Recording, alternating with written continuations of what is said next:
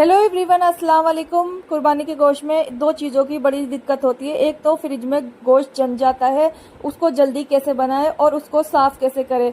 इन दोनों प्रॉब्लम का एक ही सॉल्यूशन है। गैस फ्लेम ऑन करेंगे, स्लो कर देंगे और पानी को बॉईल कर लेंगे, उसमें गोश्त ऐड कर देंगे और गोश्त एकदम हमारा परफेक्ट तैयार मिलेगा, एकदम साफ़ सुथरा, और टाइम की भी काफ़ी बचत होगी। आप इसको जल्दी से बना सकते हैं। जब भी कोई गेस्ट आए तो इमरजेंसी में इस तरीके से आप गोश्त को साफ़ करें। अल्लाह हाफिज़।